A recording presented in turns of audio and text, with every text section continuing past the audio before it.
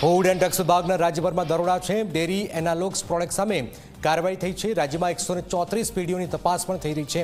તપાસ દરમિયાન 28 લીગલ નમૂનાઓ લેવાયા છે। 1053 કિલોગ્રામ જથ્થો નાશ પણ કરાયો છે। આપ જોઈ રહ્યા છો ઝી 24 કલાક। એક મોટી ખબર, ડેરી એનાલોગ્સ પ્રોડક્ટ સામે આવી કાર્યવાહી પણ થઈ રહી। આજના પહેલા દિવસથી જ કાર્યવાહી થઈ।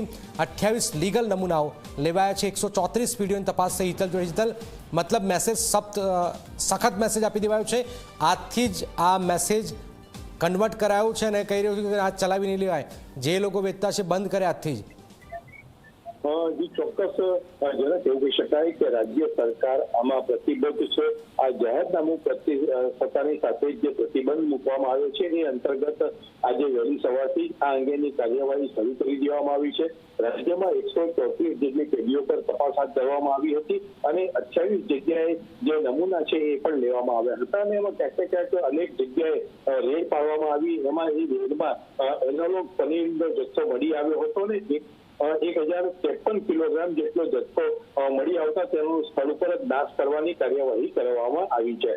જરાક ચોક્કસ એવું કહી શકાય કે જે પ્રકારના નિયમો સરકારે બનાવ્યા છે એ અંતર્ગત વેચાણ નહીં કરી શકાય, સંગ્રહ નહીં કરી શકાય અને તેનો પરિવહન પણ નહીં કરી શકાય। એટલે આ પ્રકારની ચાપતી દેખરેખ સરકાર રાખી રહી છે અને સરકાર બહુ જ નજીકના સમયમાં આ સંદર્ભે ટાસ્ક ફોર્સની પણ રચના કરશે।